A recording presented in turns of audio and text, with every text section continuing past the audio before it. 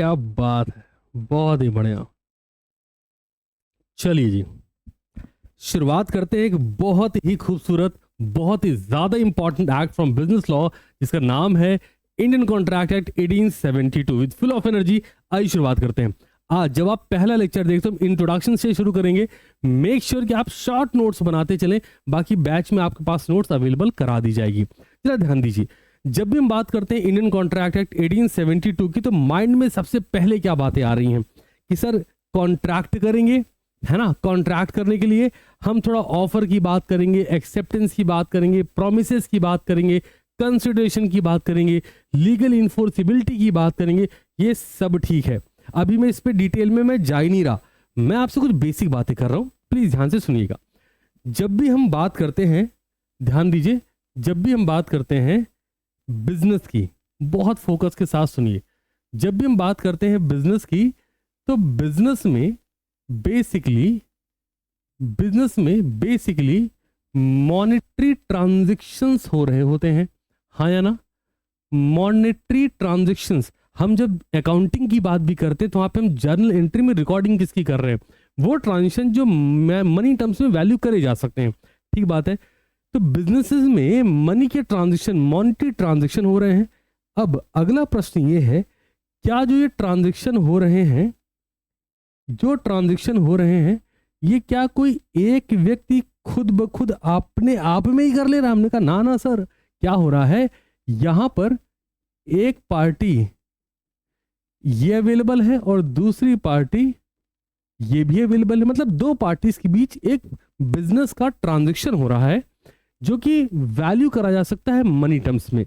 अब जरा सोचो, ये जो व्यक्ति यहां पर अवेलेबल है पार्टी ए, और ये जो व्यक्ति यहां पर अवेलेबल है पार्टी बी, इनके मन में डाउट नहीं होगा कि यार इसको मैं प्रोडक्ट सेल कर दूं, पता नहीं पैसा दे या ना दे, यार मैं इनके यहाँ जॉब कर लूं, मैं इनके यहाँ पूरे 30 दिन मेहनत करूं, पता नहीं ये सैलरी दे या ना दे, यार इनके लिए मैं काम कर तो दूं, पता नहीं ये मेरे को पेमेंट करे ना करे, यार इस पार्टी के लिए मैं गुड्स मैन्युफैक्चर कर तो दूं, बट पता नहीं ये फाइनल पेमेंट मुझे करे ना करे। तो बेसिकली अगर हम ध्यान दें तो यहाँ पर दो चीजों की कमी है। कौन कौन सी? The first one is predictability and the second one is certainty.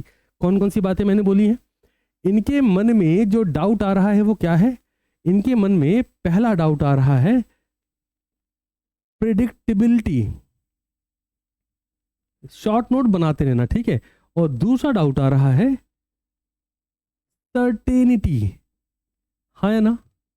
एक डाउट है प्रेडिक्टेबिलिटी की, पता नहीं काम कर तो दूं पेमेंट मिले ना मिले, पता नहीं सामान बेच तो दूं पैसा आए ना आए, है ना, पता नहीं 30 दिन मेहनत कर तो लूं सैलरी मिले ना मिले। तो एक तो प्रेडिक्टेबिलिटी, तो जो कॉन्ट्रैक्ट एक्ट है, ये जो एक्ट बनाया गया है, ये क्या इंश्योर करता है? एक्ट क्या इंश्योर करता है? तो दोस्त एक्ट इंश्योर करता है आपके लिए प्रेडिक्टेबिलिटी एंड सर्टेनिटी। आप प्रिडिक्ट कर सकते हैं कि अगर मैंने काम करा है तो पैसा तो मैं लेके रहूंगा, हाँ या ना।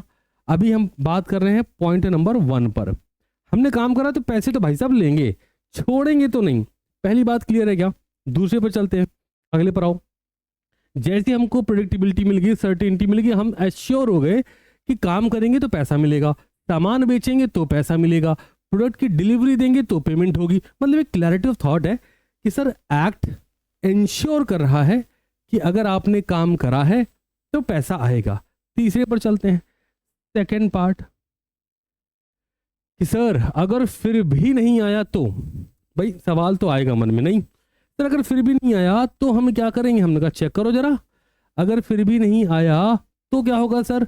अब हम चेक करेंगे कि क्या हमारे लिए कोई प्रोटेक्शन अवेलेबल है क्या कोई प्रोटेक्शन अवेलेबल है क्या? हमने कहा हाँ जी, कॉन्ट्रैक्ट इस बात की श्योरिटी देता है कि जो पार्टी अपनी ऑब्लिगेशंस, लायबिलिटी को परफॉर्म नहीं करेगी, आप उन पर केस कर सकते हो। केस करके जो भी सॉल्यूशन निकलता होगा, अगर कोई फाइन लगता होगा, कोई डैमेजेस मिलते होंगे, कोई अमाउंट कंपनसेशन में मिलता होगा, कुछ भी होगा, तो वो आपको पे ऑफ करा जाएगा।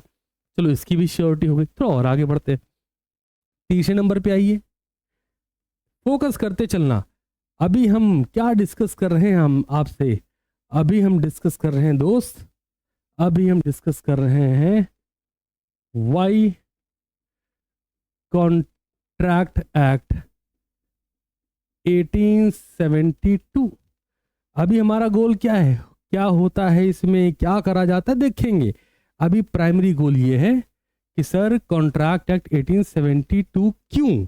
तो एक तो तरीका ये है कि दोस्त रट लो, है ना। सर इंडियन कॉन्ट्रैक्ट एक्ट में एग्रीमेंट होता है, कंसिडरेशन होता है, प्रोमिसेस होते हैं, ऑफर एक्सेप्टेंस होता है, लीगल रूल्स होते हैं, इन्फोर्सिबिलिटी होती है, तब जाके कॉन्ट्रैक्ट बनता है। हमने कहा बहुत बढ़िया, लेकिन टेक्निकल टर्म्स में कॉन्ट्रैक्ट क्यों जरूरी, बिकॉज कॉन्ट्रैक्ट एक्ट इंश्योर करता है दोनों ही पार्टीज को, वो प्रिडिक्टेबिलिटी ला पाते हैं क्या हो सकता है, सर्टेनिटी ला पाते हैं कि क्या पॉसिबिलिटी दिख रही है, और खुद को लेके प्रोटेक्शन में भी है कि अगर कॉन्ट्रैक्ट अप्लाई होने के बाद भी, एक्ट एप्लीकेबल होने के बाद भी अगर पार्टी परफॉर्म नहीं करती तो हम क्या ऑप्शन हमारे पास अवेलेबल है।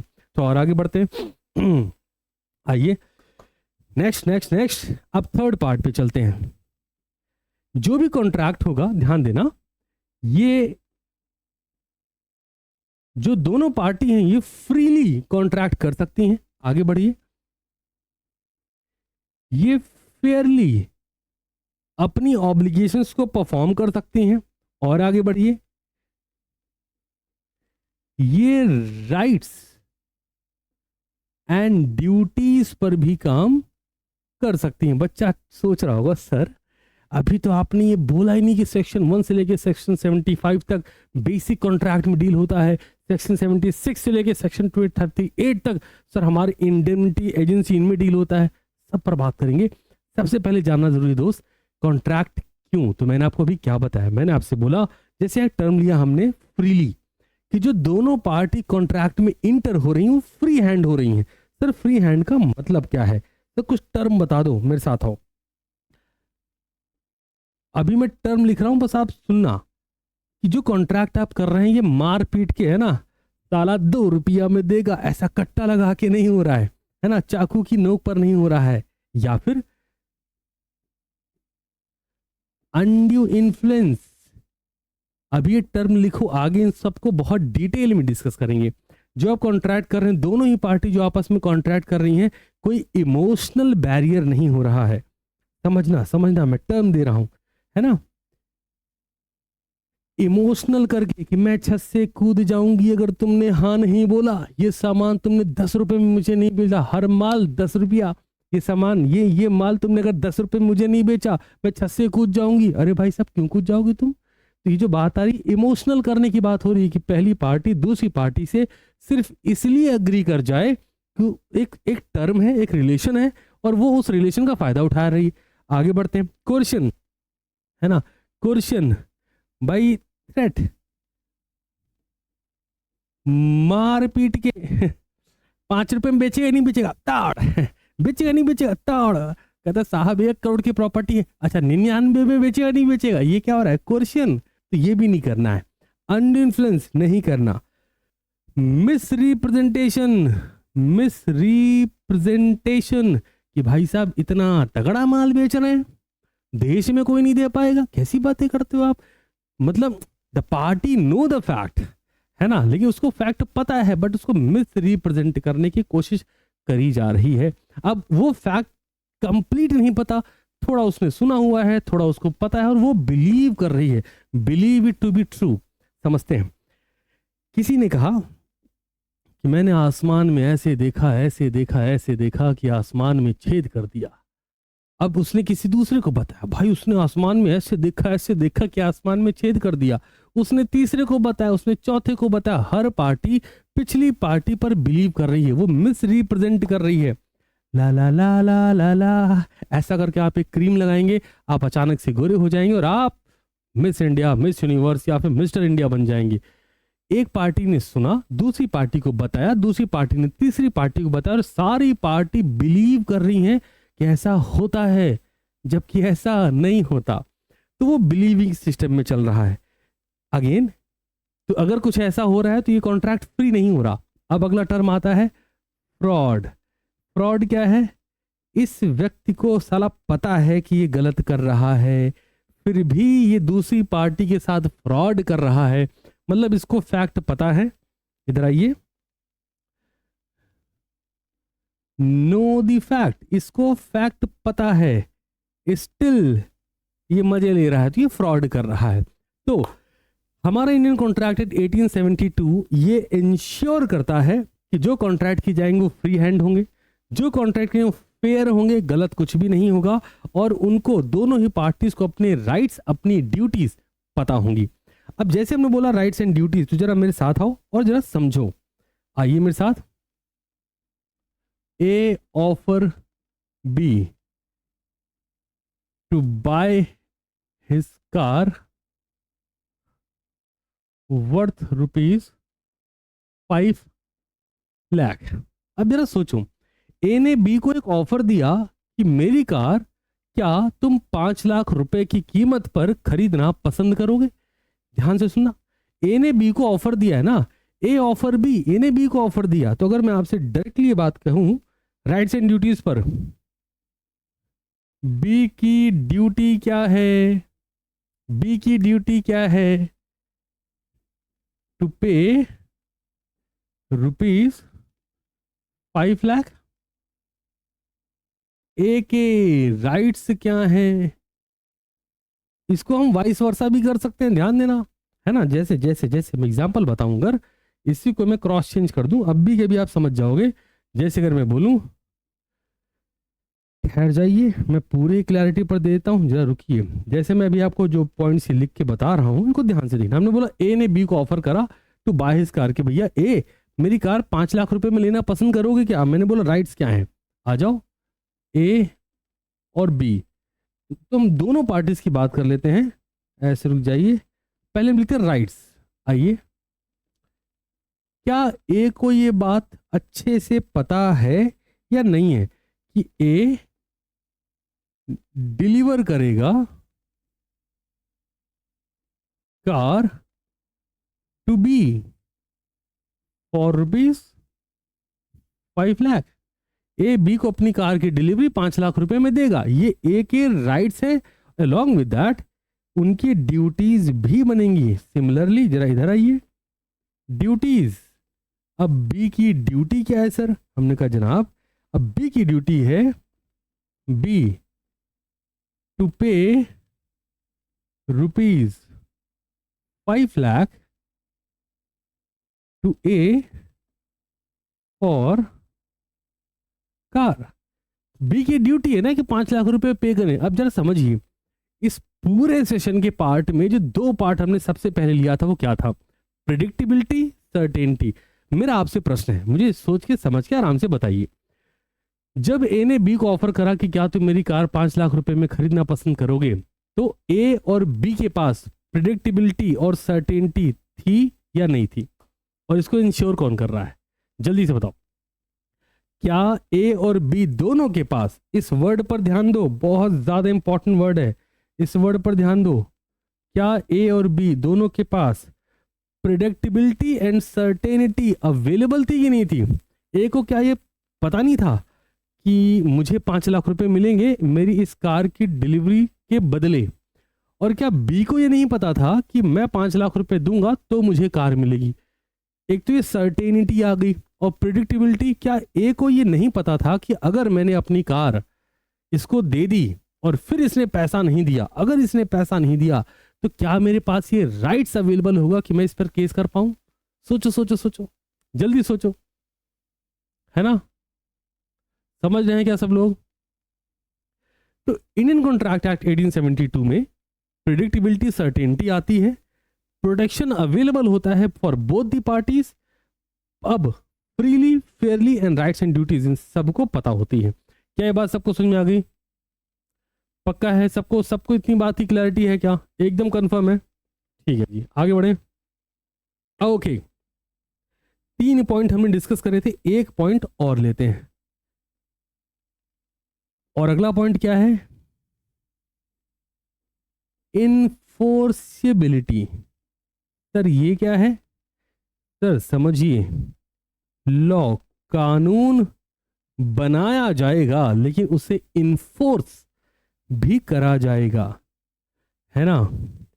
कानून बनाया जाएगा लेकिन उसे इन्फोर्स भी करा जाएगा। तो अभी तक मैंने जितनी भी बातें करी हैं, आपके माइंड में एक कंसेप्चुअल रीजन देना चाहा, वो ये, why Indian contracted 1872, Indian contracted 1872 आखिर क्यों, तो उस पर बात हो गई। क्यों जरूरी, बिकॉज ये इंश्योर करते हैं इन सारी बातों को।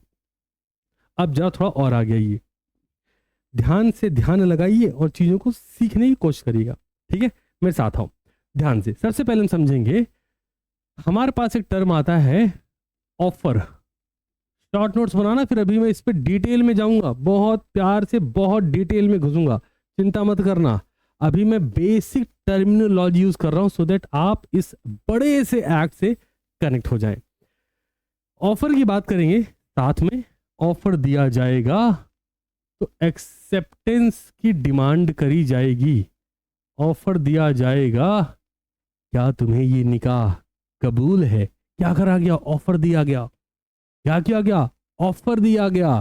तो अब क्या डिमांड करी जा रही है, क्या तुम्हें स्पेसिफिक पर्सन, या फिर क्या किसी को ये निकाह कबूल है। क्या हो रहा है, जनरल ऑफर, कह रहे कोई तो कर लो, हर एक माल 10 रुपया, कोई तो ले लो, इनविटेशन टू ऑफर है।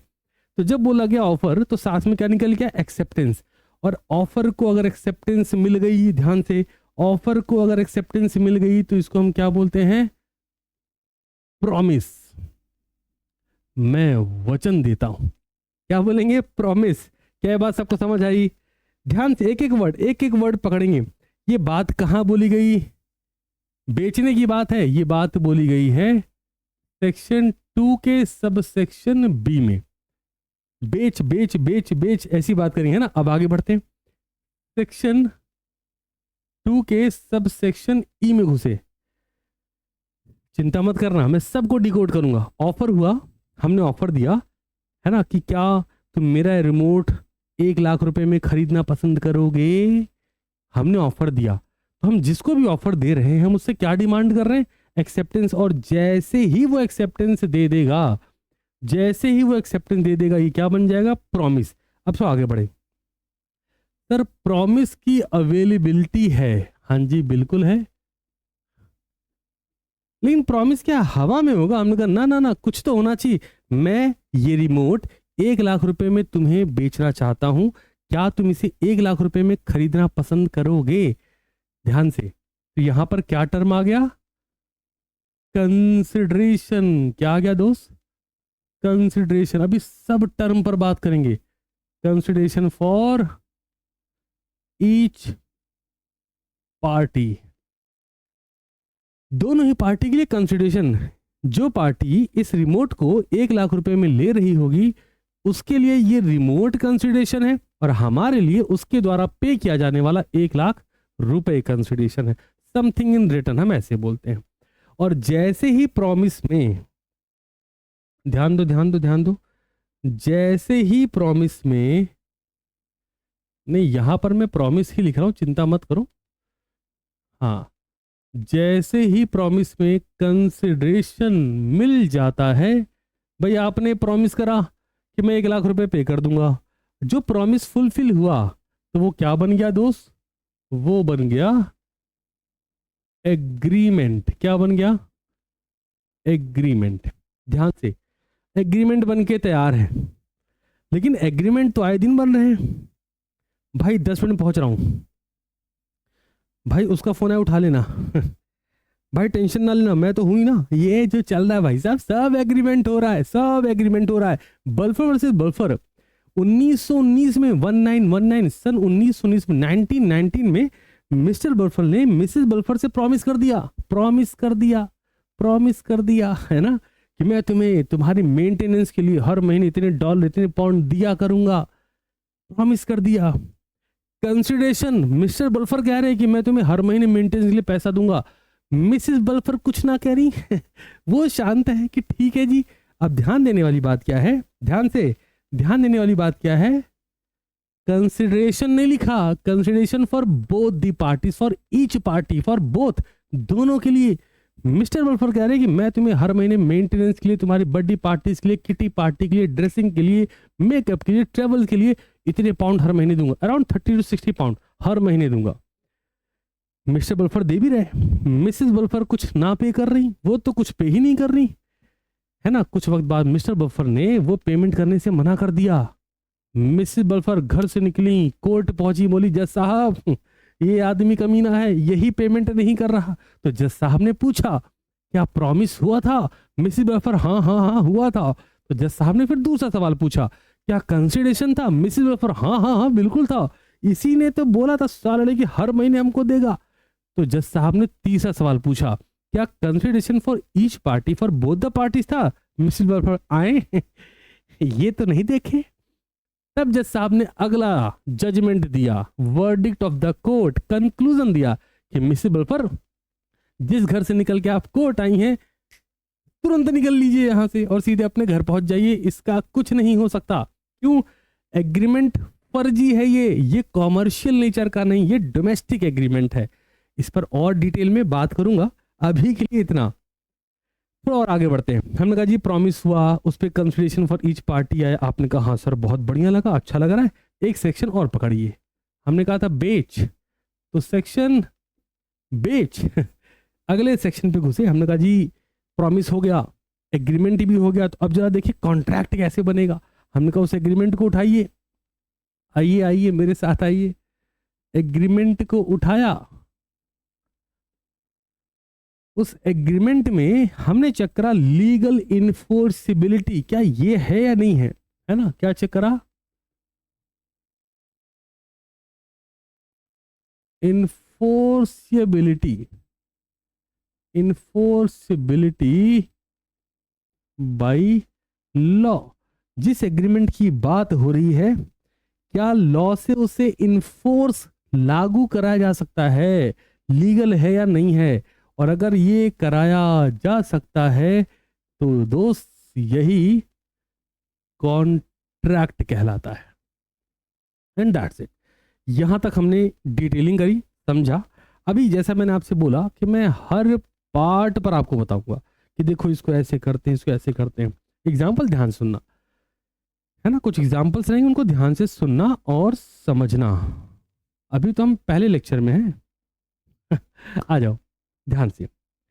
A says to B, I will sell you my car for ₹5 lakh. ध्यान से लेना सारे पॉइंट्स को, ठीक है ना। हाँ, A says to B, I will sell you, मैं बेचने को रेडी हूं ना, I will sell you my car for ₹5 lakh. ध्यान से लो, ध्यान से लो। अभी हो क्या रहा है चेक करते हैं।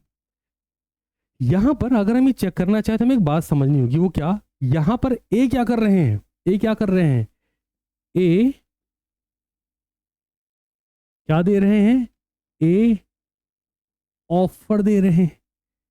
अगर बी रेडी हो जाता है टू बाय द कार, अगर बी रेडी हो जाता है कि ठीक है 5 लाख में ले लेंगे, तो बी क्या देंगे? एक्सेप्टेंस देंगे। ध्यान दे लेना, ध्यान से सुनना। ए ऑफर दे रहे हैं, बी एक्सेप्टेंस दे रहे हैं। ऑफर एक्सेप्टेंस समझ आ गया, प्रॉमिस भी समझ आ गया कि ए गाड़ी बेचने को रेडी है, बी पेमेंट करने को रेडी है। हमने कहा बहुत बढ़िया है ना, एक पार्ट ये क्लियर हुआ। दूसरे पार्ट पर पहुंचे, अब हमें क्या चाहिए? कंसिडरेशन। आ जाओ, अब हमें क्या चाहिए? एक ही एग्जांपल में सारे टर्म ले लेंगे। अब हमें चाहिए कंसिडरेशन। ए के लिए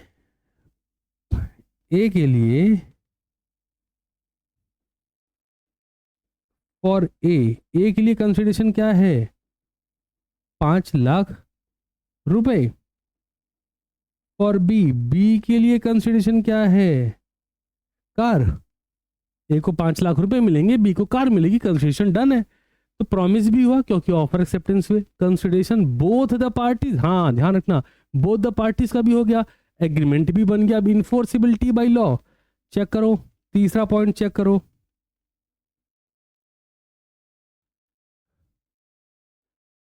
enforceability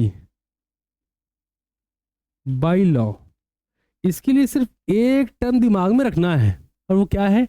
intention to create legal relationship. क्या वर्ड दिया हमने भी आपको? क्या वर्ड दिया दोस्त? हमने बोला intention to create legal relationship. अब ये प्रश्न आपको खुद से करना है, ध्यान से, कि जब ए ने बी को बोला होगा, जब ए ने बी को बोला होगा कि मैं तुम्हें अपनी कार 5 लाख रुपए में सेल करना चाहता हूं, तो ए के मन में ये इंटेंशन है या नहीं है कि मैं इसको अपनी कार, अरे हाँ कार तो दे दूंगा लेकिन अगर इसने अपने कार पाने के बाद पेमेंट नहीं करी तो मैं कोर्ट जाऊंगा कि नहीं जाऊंगा? जवाब है जाऊंगा।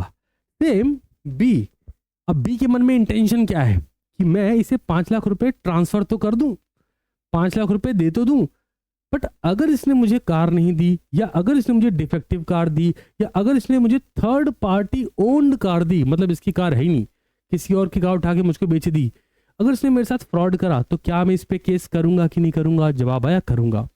तो अगर intention to create legal relationship है इन बोथ द पार्टीज, तो हम उसको क्या बोलते हैं? Enforceability by law. उसे लॉ में इन्फोर्स, लागू करा जा सकता है। Let me know in the chat section, क्या यहां तक हर एक बच्चा बिल्डअप हो गया शानदार तरीके से? फिर मैं आगे बढ़ जाऊं, प्लीज मुझे बताइए जल्दी से, जल्दी जल्दी जल्दी।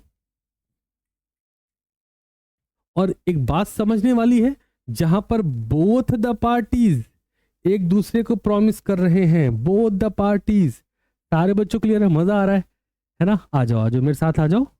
जहां पर बोथ द पार्टीज एक दूसरे को प्रॉमिस कर रहे हैं, इसी को हम क्या बोलते हैं बच्चे? इसी को बोलते हैं रिसिप्रोकल प्रॉमिस। क्या बोलेंगे? रिसिप्रोकल प्रॉमिस, ठीक है ना? वाह वाह वाह वाह, रिसिप्रोकल प्रॉमिस। अभी रिसिप्रोकल प्रॉमिस क्या है? बेसिकली सेक्शन 2F में इस बारे में बात हुई है। इसको लिख लो, थोड़ा सा लिख लो, है ना? जिक्र आया है तो खत्म ही कर दें क्यों छोड़ना। सेक्शन 2F में इस बारे में बात करी गई, और सेक्शन 2F में रिसिप्रोकल प्रॉमिस के बारे में क्या बोला गया? Promise which form consideration for each other, promise which form consideration for each other.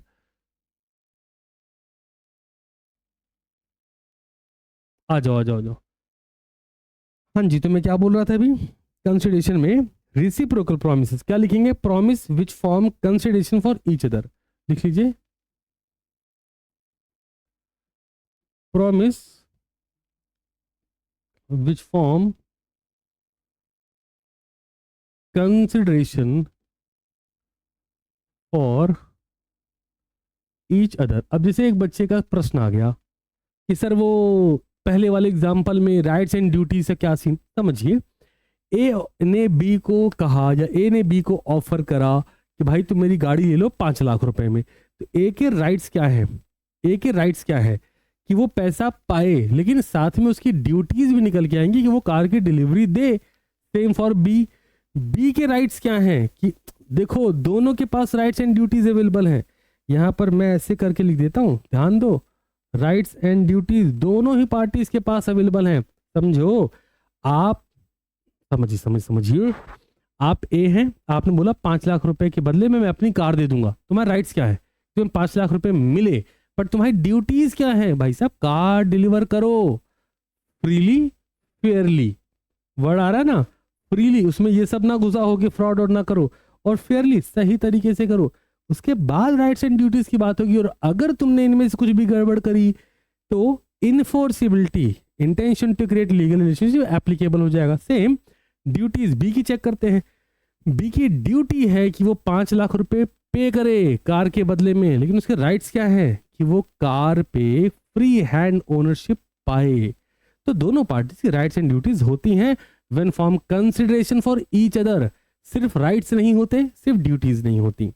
कहां पर? एग्रीमेंट में। समझिए, जब भी एक एग्रीमेंट होता है, समझिए समझिए समझिए, बहुत प्यार से सुनिए, एक एम्प्लॉयर है, हाँ एक एम्प्लॉय है, समझ रहे हो, हाँ ये एम्प्लॉयर है, ये एम्प्लॉय है। एम्प्लॉयर ने एम्प्लॉय को जॉब दी, ध्यान से, एम्प्लॉयर ने एम्प्लॉय को जॉब दी। एम्प्लॉय की राइट्स क्या हैं? मुझे सैलरी मिलनी चाहिए। अरे ठीक है, ठहर जा, मुझे सैलरी मिलनी चाहिए, एम्प्लॉय के राइट्स है।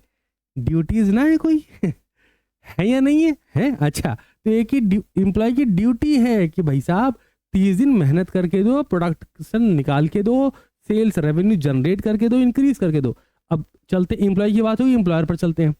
एम्प्लॉयर ने जॉब दी है, एम्प्लॉयर के राइट्स क्या हैं कि वो जो टारगेट दे रहा है एम्प्लॉय को हिट करना पड़ेगा। एम्प्लॉयर की ड्यूटी क्या है कि जो टारगेट अगर इसने हिट कर रखा है तो जो भी कमीशन बोनस जो भी बोल रखा है एम्प्लॉयर एम्प्लॉय को वो पे ऑफ करे। इन चैट सेक्शन बताओ फटाफट, क्लैरिटी ऑफ थॉट डेवलप हुआ कि नहीं हुआ? जल्दी जल्दी बताओ। फिर अभी अब तो और डेप्थ में घुसेंगे, अभी तो ये आज क्या है, इट्स अ इंट्रोडक्टरी लेक्चर ना, अभी पहला लेक्चर दे रहा हूं।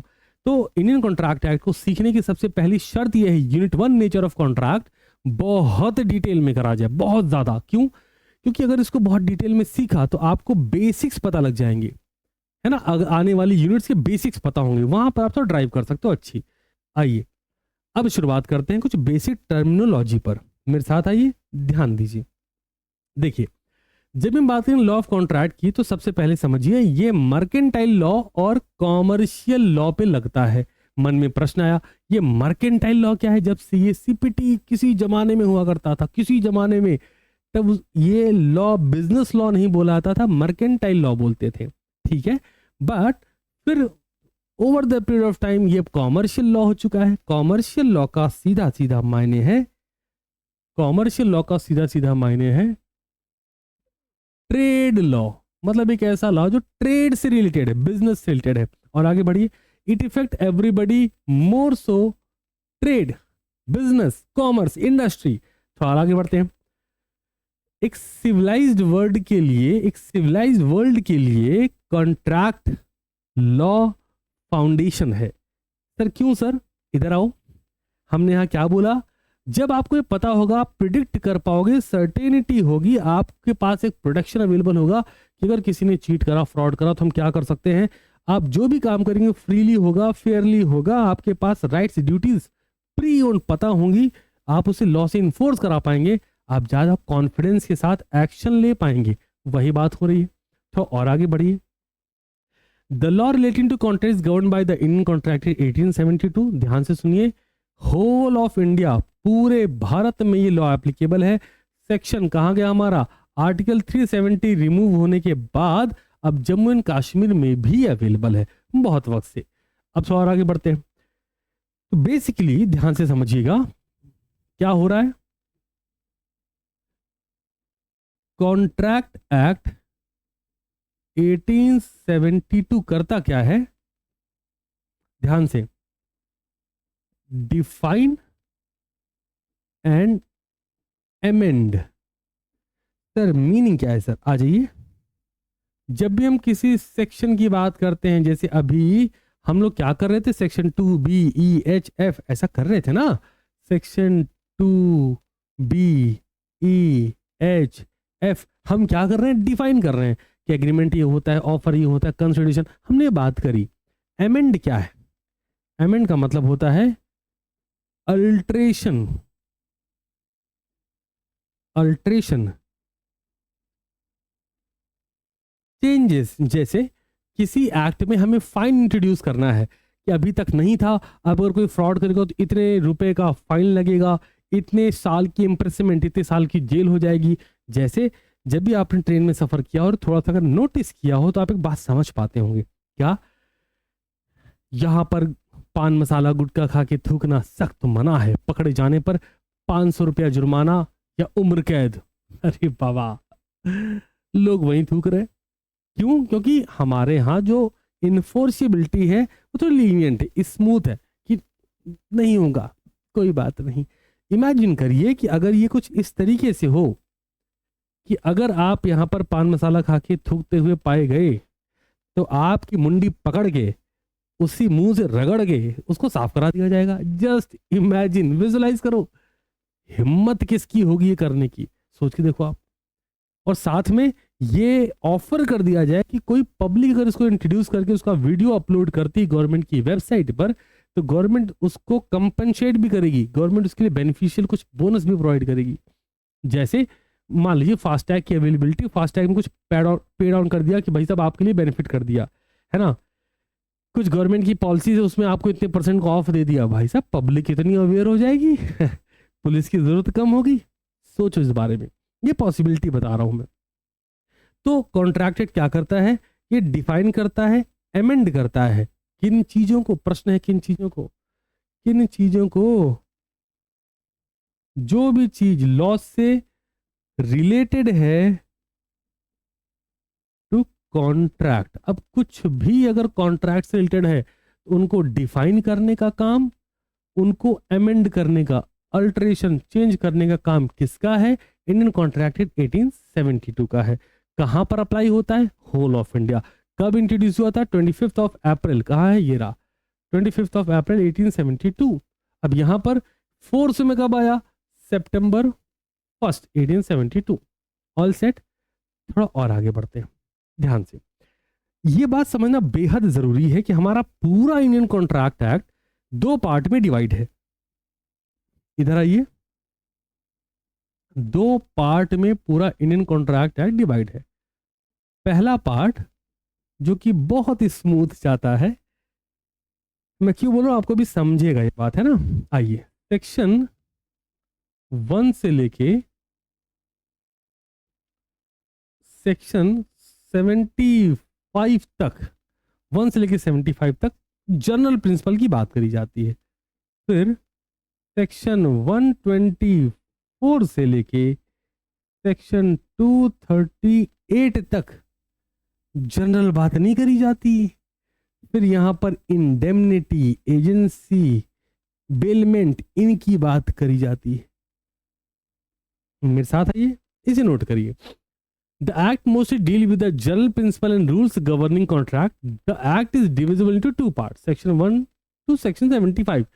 शुरुआती दौर में जब 2024 की बात है, उस दौरान सेक्शन 1 से लेके सेक्शन 75 ही तक था, ठीक है।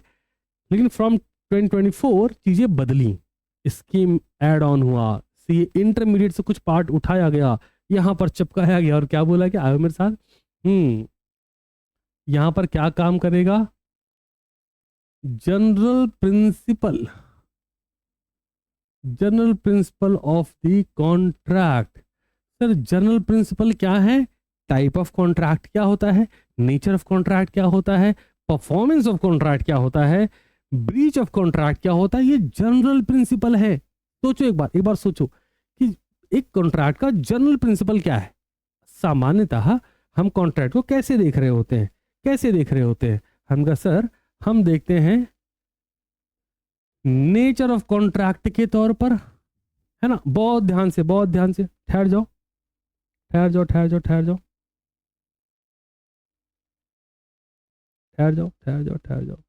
हम जब भी कॉन्ट्रैक्ट को देखने की बात करते हैं, इमेजिन करिए, ऐसे विजुलाइजेशन डालिए या अपनी किताब का पहला पन्ना ओपन करिए और जरा देखिए कि कॉन्ट्रैक्ट डील हो कैसे रहा है। मजा आ जाएगा आपको, है ना। कुछ भी ऐसा नया अतरंगी नहीं है, सब कुछ बहुत ही स्मूथ है। मेरे साथ हो, आ जाओ ध्यान से। जब भी हम कॉन्ट्रैक्ट की बात करते हैं इन जनरल, तो हम इन जनरल क्या बोल रहे हैं, कॉन्ट्रैक्ट का नेचर क्या है, वैलिड क्या है, वॉइड क्या है, एग्जीक्यूटरी क्या है, हम ही तो बात कर रहे हैं। फिर हमने समझ लिया, हमने कहा यार ये कंसिडरेशन क्या होता है भाई, कैसे काम करता है, जनरल नेचर, है ना, ऐसी बात करते हैं। फिर हमने बात करा यार ये फ्री कंसेंट क्या होता है, कब कंसेंट को हम कहते हैं फ्री है, कब हम कहते हैं कि नहीं फ्री है। फिर हम आगे बढ़े, हमने बोला भाई परफॉर्मेंस ऑफ कॉन्ट्रैक्ट, है ना। Contract need not to be perform, कौन से ऐसे कॉन्ट्रैक्ट हैं जिन्हें परफॉर्म करने की जरूरत ही नहीं है। whom to perform, contract by whom, कौन परफॉर्म करता है, प्रोमिसर कौन है, प्रोमिसी कौन है, ये क्या है, कॉन्ट्रैक्ट का एक जनरल प्रिंसिपल है कि भाई साहब ये करेंगे या नहीं करेंगे, आगे बढ़े। अब अगर परफॉर्म नहीं हुआ तो ब्रीच होगा, है ना, ये भी ब्रीच ऑफ कॉन्ट्रैक्ट, ये किसका पार्ट है, हमने कहा सर अगेन ये तो जनरल प्रिंसिपल है ना, सोचो सोचो सोचो, ये जनरल प्रिंसिपल नहीं लग रहा कि हाँ ब्रीच तो हो ही सकता है, नहीं, आगे बढ़े। हमने कुछ कॉन्ट्रैक्ट ऐसे जो कि लॉ ने इन्फोर्स नहीं करा, आपने चाहा भी नहीं लेकिन हो गए, जिसको बोलते हैं क्वाजी कॉन्ट्रैक्ट, कि मेरा ये सेलफोन आपके पास छूट गया, अब आपकी रिस्पॉन्सिबिलिटी है कि आप मुझे लौटा दो। ना आपने मुझसे कॉन्ट्रैक्ट करा, ना मैंने आपसे कॉन्ट्रैक्ट करा, ना मैंने आपको ऑफर दिया, ना आपने एक्सेप्टेंस दी, ना हमारे बीच कोई प्रॉमिस हुआ, ना कोई कंसिडरेशन फॉर ईच अदर है, ना एग्रीमेंट बना, फिर भी ना लॉ की इन्फोर्सिबिलिटी दिख रही, स्टिल कॉन्ट्रैक्ट बन रहा है, दिस कॉल्ड क्वाजी कॉन्ट्रैक्ट। तो अगले में घुसे, हमने कहा जनाब कॉन्टीजेंट एंड क्वाजी कॉन्ट्रैक्ट, ये भी क्या है दोस्त, ये भी जनरल प्रिंसिपल है कि हाँ यार ये हो तो जाता ही है। अब समझो यहां तक का जो पाला पड़ा, हम का ये तो आम बात है ना, ये आम बात है। रुको जाओ जरा, तो मजा आ रहा है पढ़ाने में। हाँ जी इधर आइए जरा तो दोस्त, आइए आइए आइए मेरे साथ इधर आइए। ओके सर, तो ये जनरल प्रिंसिपल है। अब प्रश्न आया पार्ट 2 में, ठहरो ठहरो ठहरो, नोट्स ऐसी लगनी चाहिए ना, किसी ने बड़े दिल से पढ़ाया है। हाँ पार्ट 1 को पहले इधर ले आते हैं। अरे अब बाबा आएगा कि नहीं आएगा, देखने दो। और सब इधर का उधर हो गया, कोई बात नहीं, जहां था वहीं लिखे जाते हैं, पार्ट 2 लिखेंगे। अब सुनिए, अभी तक हमने जो भी बातें करी, जो भी डिस्कशन करा, तुम बैठ जाओगे दोस्त, थोड़ा जल्दी जल्दी हो जाओ। हाँ जी आइए, चलिए इस पर चलते हैं, पार्ट 2 यहीं करते हैं, कोई बात नहीं। अब पार्ट 2 समझते हैं। हनका जी पार्ट 2 में, पार्ट 2 ये जनरल प्रिंसिपल पर काम नहीं करता, ये किस पर काम करता है, ये काम करता है स्पेशल काइंड ऑफ कॉन्ट्रैक्ट पर। किस पे काम करेगा, किस पर काम करेगा, special kind of contract. Sir ये स्पेशल काइंड ऑफ कॉन्ट्रैक्ट क्या है, ये वो कॉन्ट्रैक्ट के पार्ट बनते हैं जहां पर आप कई बार ऐसा सोचते हैं कि एक एजेंट रखें, और हम जिसको एजेंट रखें वो ज्यादा चतुर चालाक, वो एक और एजेंट रख ले विच इज कॉल्ड सब एजेंट। तो किसकी क्या रिस्पॉन्सिबिलिटी है, इंडेमनिटी क्या है, एक व्यक्ति जो गारंटर बन रहा है, गारंटी दे रहा है कि चिंता मत करो, इन्होंने पेमेंट नहीं करी बैंक लोन की तो हम कर देंगे, क्या श्योरिटी है। तो हमने कहा ये जो कॉन्ट्रैक्ट बनेंगे ये कैसे होंगे, contract of indemnity and guarantee. मजा आ रहा है contract of indemnity and guarantee. Similarly थोड़ा और आगे बढ़े, हम कहा यार ये भी हो गया। अब बेलमेंट एंड प्लेज, कोई व्यक्ति अगर प्लेज कर रहा है कि नहीं नहीं मैं कह रहा हूं, मैं कौन, तीसरा एजेंसी।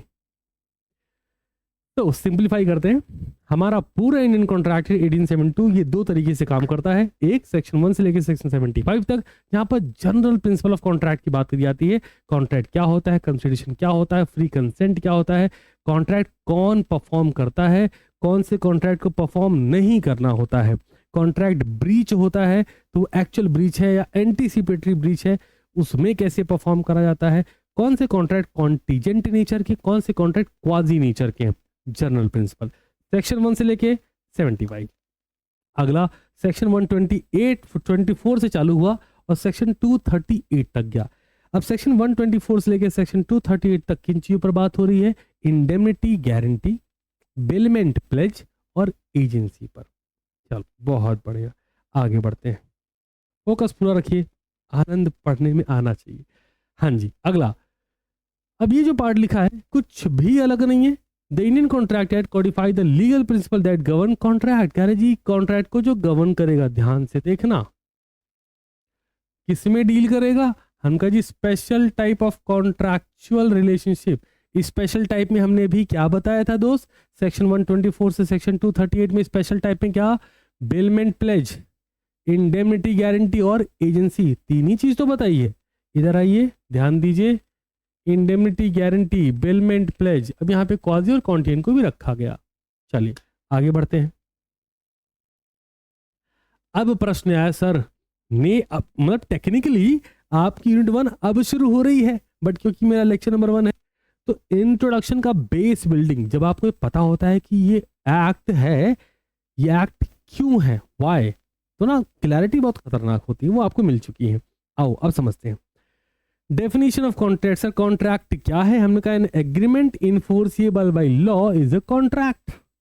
मामला हो गया, एक एग्रीमेंट जो लॉ से इन्फोर्स हो सकता है वो कॉन्ट्रैक्ट है। तो एक बात समझ आती है, इधर आओ, एक एग्रीमेंट जो लॉ से इन्फोर्स हो सकता है वो कॉन्ट्रैक्ट है। हमने कहा सर इसका मतलब ये है, इसका मतलब ये है कि जो एग्रीमेंट है, ध्यान से, जो एग्रीमेंट है वो बहुत ज्यादा वाइडर है कॉन्ट्रैक्ट से, हाँ है ना सर कैसे पता चला sir, an agreement which is enforceable by law is a contract, मतलब वो कैसे, इसको लाइन कैसे बोल रहे हैं, वो एग्रीमेंट जो लॉ से इन्फोर्स हो सकते हैं वो कॉन्ट्रैक्ट बनते हैं, है ना, यही तो बात आ रही, वो एग्रीमेंट जिन पर लॉ इन्फोर्स होगा वो कॉन्ट्रैक्ट बनेंगे। इसका मतलब ये हो सकता है कि कुछ एग्रीमेंट ऐसे भी हैं जो लॉ से इन्फोर्स ही नहीं होते, तो वो तो कॉन्ट्रैक्ट बनेंगे नहीं। तो टेक्निकली एग्रीमेंट वाइडर कंसेप्ट है रादर देन कॉन्ट्रैक्ट। अच्छा, तो सर इसी पर एक क्वेश्चन जो अक्सर करके पेपर में पूछ लिया आता है, क्या ऑल कॉन्ट्रैक्ट्स आर एग्रीमेंट, कैसे पूछते हैं, बड़े प्यार से बोलते हैं वो, क्या बोलते हैं, मेरे साथ नोट करिए, ऑल कॉन्ट्रैक्ट्स आर एग्रीमेंट। हर कॉन्ट्रैक्ट एग्रीमेंट होता है सर, ऐसा क्यों, क्योंकि वही एग्रीमेंट कॉन्ट्रैक्ट बनते हैं जो लॉ से इन्फोर्स हो, है ना। All contracts are agreement but all agreements, but all agreements are not contract. कहते जी सारे कॉन्ट्रैक्ट एग्रीमेंट बन जाएंगे, सारे बन जाएंगे। अच्छा इसके बाद क्या लिखते हैं, इसके बाद लिखते हैं एक्सप्लेन। हमने कहा भाई साहब इसको कैसे सॉल्व करेंगे, मेरे साथ आओ तुम, बस मजे करो पढ़ाई के। अगर ये क्वेश्चन बना, ध्यान से, अगर ये क्वेश्चन बना तो क्या करना है, क्या करना है, बेसिकली हमें टाइप ऑफ एग्रीमेंट बता देना है। अरे बच्चा बोला सर होते हैं जी 4 टाइप के एग्रीमेंट बनते हैं, कॉन्ट्रैक्ट तो ठीक है, valid, void, voidable, executed, agreement के भी 4 टाइप होते हैं, इस पर बात करूंगा अभी, है ना।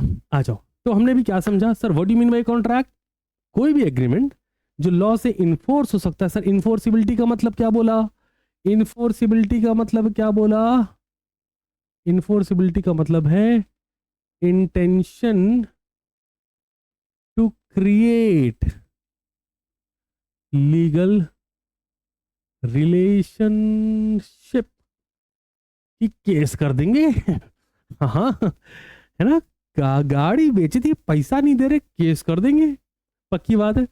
आगे बढ़े, एग्रीमेंट होना चाहिए, उसकी लॉ में इन्फोर्सिबिलिटी होनी चाहिए।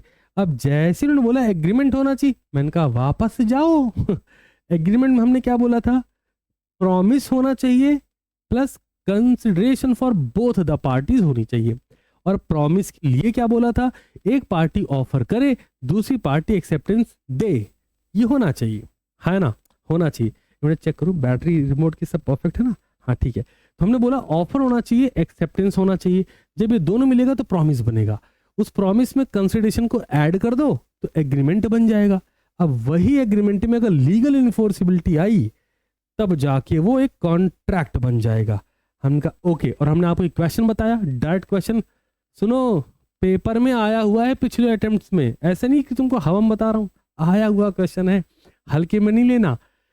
ऑल कॉन्ट्रैक्ट्स आर एग्रीमेंट, हर कॉन्ट्रैक्ट एग्रीमेंट तो होता ही है, लेकिन हर एग्रीमेंट कॉन्ट्रैक्ट नहीं होता। चलिए तो और आगे बढ़ जाते हैं। जैसा हमने भी यहाँ समझा, अब इसको जरा देखते हैं। हमने कहा आपसे कि सर ऑफर होगा, एक्सेप्टेंस होगा, तो प्रॉमिस बन जाएगा। आपने कहा हाँ सर बन जाएगा, ठीक है। अब वो जो प्रॉमिस है उसमें कंसिडरेशन फॉर ईच अदर, दोनों ही पार्टी के लिए बहुत इंपॉर्टेंट है। अगर होगा तो एग्रीमेंट बन जाएगा। हमने कहा हाँ जी बिल्कुल ठीक है। अब इसी में कंसिडरेशन फॉर ईच अदर में एक बहुत ही प्यारा केस लॉ है, एक बहुत ही प्यारा केस लॉ है। केस लॉ का नाम क्या है दोस्त? केस लॉ का नाम है बल्फर वर्सेस बल्फर। कौन से ईयर में हुआ था? 1919 में, जिसने बताया कि consideration for each other for both the parties होना चाहिए। अगर होगा तभी काम बनेगा। तीसरा, फिर हमने आपसे कहा कि जो एग्रीमेंट हो रहा है उसमें इन्फोर्सिबिलिटी बाई लॉ होनी चाहिए। ध्यान से इसको समझते हैं, इन्फोर्सिबिलिटी बाई लॉ को समझते हैं इस एग्रीमेंट के साथ में, है ना। ध्यान दो, मेरे साथ नोट करना। With in the preview of contract act, हम इसको समझेंगे इस लाइन को, है ना। With in the preview of Indian contract act, Indian contract act की नज़र के हिसाब से अगर हम देखें तो हमें बस एक बात समझनी है, और वो क्या है? बिजनेस और commercial agreement with proper consideration. क्या क्या बोला हमने? बिजनेस एग्रीमेंट और कॉमर्शियल एग्रीमेंट, और साथ में क्या है इंपॉर्टेंट, बहुत ज्यादा है कि जो हाँ लिखा है ना, ठीक है, विद प्रॉपर कंसिडरेशन, की हवा में नहीं, कंसिडरेशन भी प्रॉपर हो। अगर इतना हो रहा है हम बोलेंगे यस, इसे लॉ से इन्फोर्स करा जा सकता है। अब जरा आगे आइए, ध्यान से, मजा आने वाला है। एग्रीमेंट को थोड़ा वाइडर लेवल पे लेके चल रहे हैं, ठीक है ना। हाँ हाँ, ध्यान से। Agreement, every promise and every set of promise forming consideration for each other. क्या कुछ नया बता दिया क्या? हमने कहा नहीं, एग्रीमेंट क्या है? Promise forming consideration for each other is called agreement. इसी को थोड़ा बढ़िया स्टेटमेंट बना के लिख दिया, ठीक है। आगे आओ, सेक्शन 2 भी क्या बोल रहा है? When the person to whom the proposal, मतलब offer is made signifies his assent। assent का मतलब consent। consent का मतलब, थोड़ा और डेप्थ में घुसते हैं। consent का मतलब consensus ad idem। सर इसका मतलब agreed upon same thing in the same sense। लिखूं क्या बोला मैंने अभी? आ जाओ। इसका मतलब agreed upon same thing in the same sense। जो तुमको हो पसंद वही बात कहेंगे, तुम दिन को अगर रात कहो तो रात कहेंगे। Same thing same sense.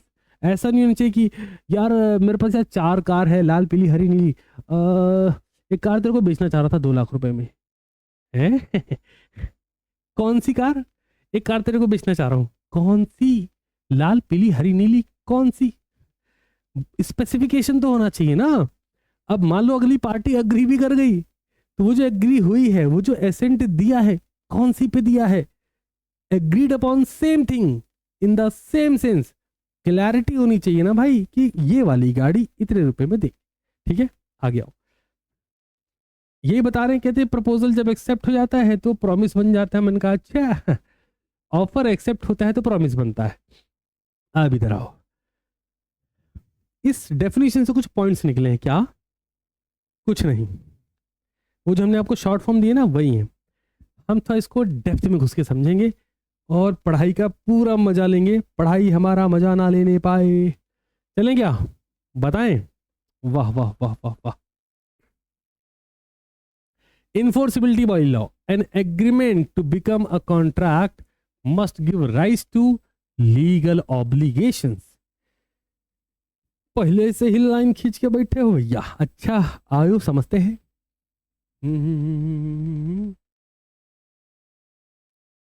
बहुत ध्यान से, मजा आएगा। हाँ पक्का पक्का। ठहर जाओ। Type of agreement, example. अच्छा ठीक है, एग्जाम्पल। ओके ना, रुक जा। Agreement, example, legal enforceability. Okay, मेरे को लिखने जरा तो बताऊं।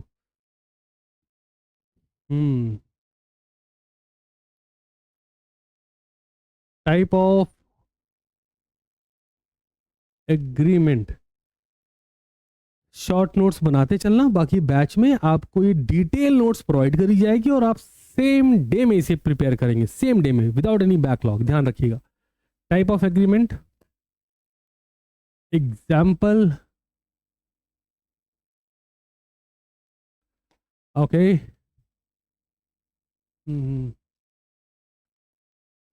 Enforceability, enforceability.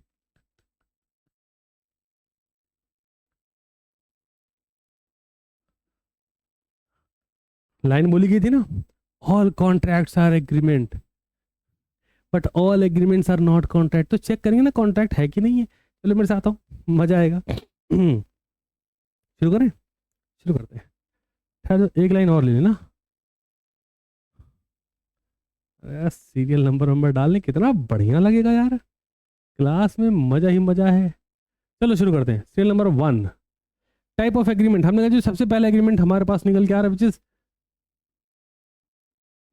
Domestic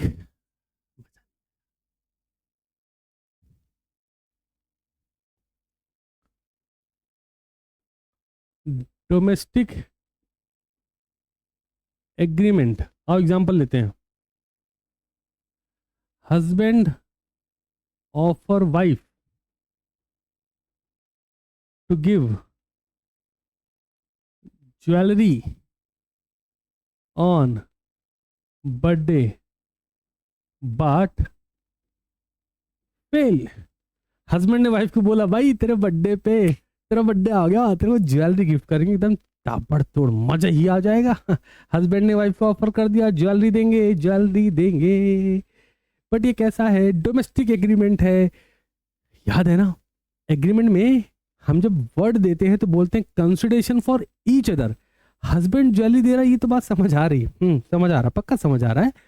but wife क्या पे कर रही है? कुछ नहीं। अरे लीगल इन्फोर्सिबिलिटी, चेक करो चेक करो चेक करो चेक करो।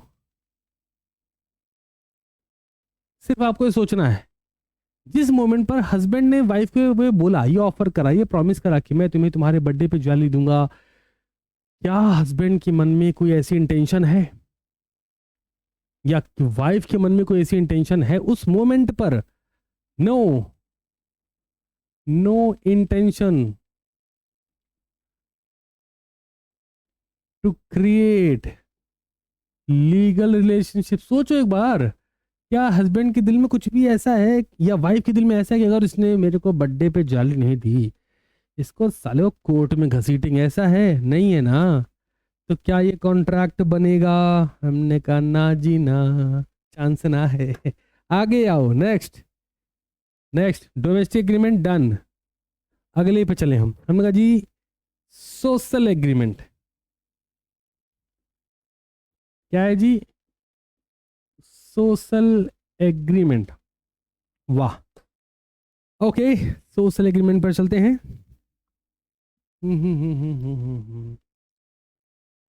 अ friend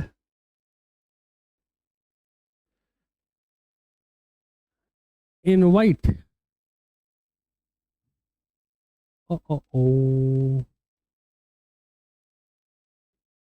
a boy invite his friend on birthday of her girlfriend। और भाई एक लड़के ने अपने दोस्तों को बुलाया कि भाई गर्लफ्रेंड को सरप्राइज देना है, भाइयों आ जाना यार, माहौल बना देंगे, समा बना देंगे, है ना, जीवन नहीं जिया तो क्या जिया, प्यार नहीं किया तो क्या किया, ऐसा बोल के बुलाया, है ना। फ्रेंड्स फेल्ड टू रीच, दोस्त नहीं पहुंचे। अरे बाबा, ये दोस्ती किस काम की, साला तुम इस टाइम पर भी नहीं आए। सोचो, a boy invited his friend on birthday of a girlfriend but friend fail to reach, friend नहीं पहुंचे। प्रश्न ये है, प्रश्न ये है, सिर्फ सोचना है आपको, जब उस लड़के ने अपने दोस्तों को बुलाया था कि तुम मेरी गर्लफ्रेंड के बर्थडे पे इस लोकेशन पर पहुंचना और उसको सरप्राइज देंगे, तो क्या उसने सोचा था कि अगर ये नहीं आए इन पे केस करूंगा? सोचो सोचो सोचो सोचो, क्या उसने ऐसा सोचा था क्या? No intention to create legal relationship. तो अगर उसने ऐसा सोचा नहीं था तो इन्फोर्सिबिलिटी है क्या? हमने कहा नहीं। तो कॉन्ट्रैक्ट बनेगा क्या? हमने कहा नहीं। तीसरे पर चलो, आ जाओ आ जाओ आ जाओ। थर्ड, तीसरा ये डोमेस्टिक किया, सोशल किया। तीसरा रिलीजियस, कौन सा वाला? Religious agreement, okay. A devotee promise pandit ji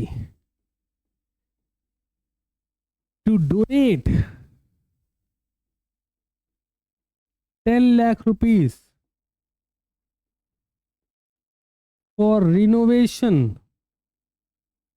of temple but failed to donate। अरे मजे आ रहे हैं कि नहीं पढ़ाई में? क्या हुआ है दोस्त?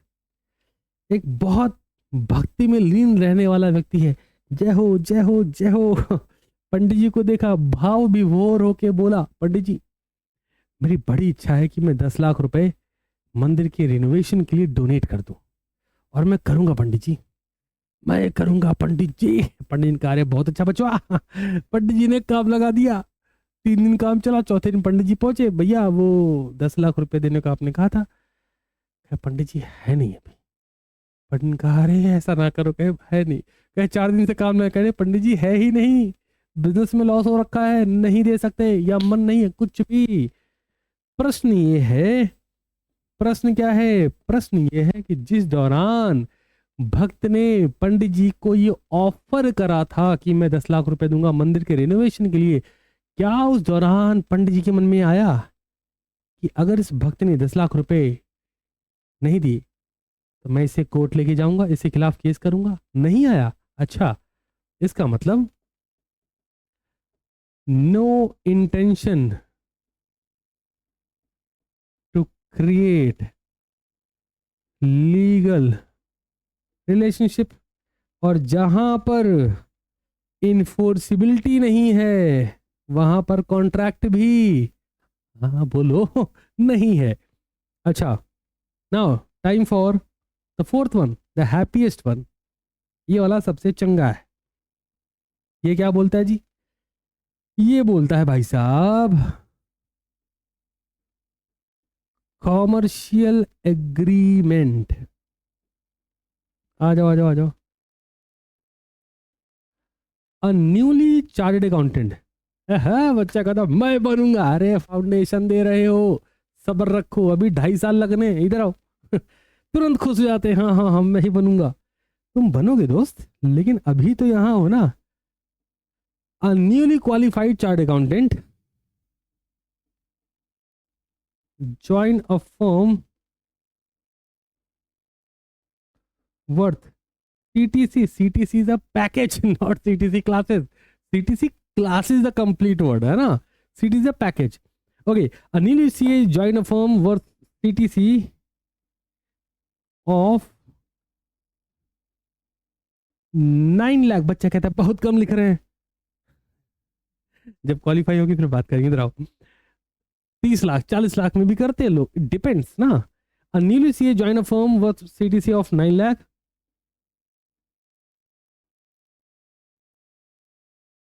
Firm denied to pay after 6 month। भाई साहब 6 महीने हो गए भाई साहब, काम करते 6 महीने हो गए भाई साहब, फर्म पैसा ना दे रही भाई साहब।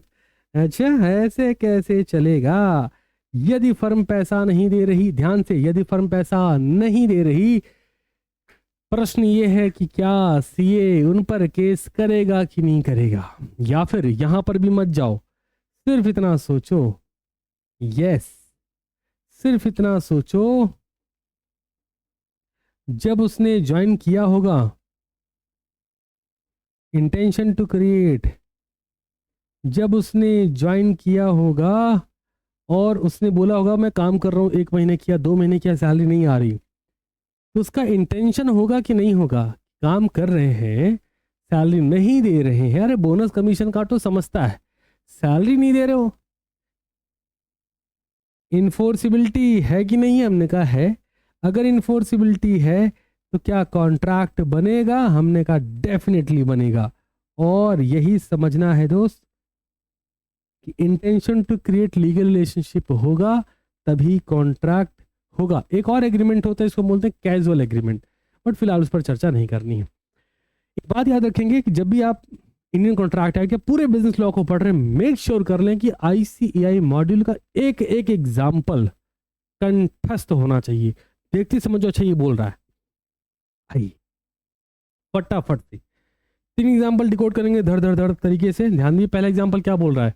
ए agree with B to sell car for rupees 2 lakh to B. बिना कुछ घुमाए समझो क्या कॉन्ट्रैक्ट बनेगा? बनेगा। क्या intention to create legal relationship है? बिल्कुल है। ए कार देंगे, बी 2 लाख रुपए देंगे। आगे बढ़ते हैं। Father promise his son to pay him pocket allowance. अरे नहीं देगा तो तुम क्या कर लोगे? अगर बाप ने बेटे को बोला कि भाई मैं तेरे को 500 रुपए दूंगा अलाउंसेस के, तो क्या उस मोमेंट पर बेटे के दिल में ये है? सोचो, क्या उस मोमेंट पर बेटे के दिल में ये है कि अगर उन्हें 500 रुपए नहीं देंगे कोर्ट में घसीट देंगे? नहीं ना। This is not created with an intention, नहीं है इंटेंशन में। तीसरे पर आओ। An obligation to maintain wife and children. अभी वाइफ एंड चिल्ड्रन का कैसा है कि भाई सब हम मेंटेन करेंगे। An order of the court of law, these are status obligation, so out of the scope of contract. Contract बनेगा? नहीं बनेगा। कॉन्ट्रैक्ट बनेगा, कहाँ लिखा है कॉन्ट्रैक्ट? कहीं है कि नहीं है? ये एक सोशल एग्रीमेंट है, कॉन्ट्रैक्ट नहीं बनेगा। बट यहां पर क्या कॉन्ट्रैक्ट बनेगा? मैं लिख दे रहा हूं, कॉन्ट्रैक्ट जरूर से बनेगा। ऑल सेट, चलो बहुत ही बढ़िया। अब लास्ट में सर एग्रीमेंट और कॉन्ट्रैक्ट में क्या डिफरेंसेस हैं? 2 नंबर के लिए तो ये पढ़ा जाना ही चाहिए, मेरे साथ आओ। सर सबसे पहले एग्रीमेंट की मीनिंग समझ चुके हैं क्या? प्रॉमिस होगा, कंसिडरेशन होगा तो एग्रीमेंट बनेगा, लेकिन कॉन्ट्रैक्ट बनने के लिए एग्रीमेंट में लीगल इन्फोर्सिबिलिटी होनी चाहिए। अगले स्कोप, भाई साहब एग्रीमेंट वाइडर है, बता चुका हूं। कॉन्ट्रैक्ट नैरो है, क्योंकि हर एग्रीमेंट कॉन्ट्रैक्ट नहीं बनता, अभी दिखाया मैंने, लेकिन हर कॉन्ट्रैक्ट एग्रीमेंट होता है। एग्रीमेंट में तो लीगल इन्फोर्सिबिलिटी है। तीसरे पर लीगल ऑब्लिगेशन, एग्रीमेंट में लीगल ऑब्लिगेशन हो जरूरी नहीं है। Social agreement, domestic agreement, religious agreement में लीगल ऑब्लिगेशन नहीं होती, लेकिन कॉन्ट्रैक्ट तो बिना लीगल ऑब्लिगेशन के चल ही नहीं पाएगा। हाँ या ना? सोचो सोचो सोचो भाई साहब, सोचो कि कॉन्ट्रैक्ट कहाँ गया। हाँ, कॉन्ट्रैक्ट बिना एग्रीमेंट के चल पाएगा क्या? जवाब है बिल्कुल नहीं चल सकता। सेट है ना? आगे बढ़ते हैं। नेचर, ये तो बात हो ही गई कि all agreements are not contract, सब कॉन्ट्रैक्ट नहीं होते, लेकिन ऑल कॉन्ट्रैक्ट्स आर एग्रीमेंट। तो लेक्चर नंबर 1 आपका डेफिनेटली कंप्लीट हो रहा है।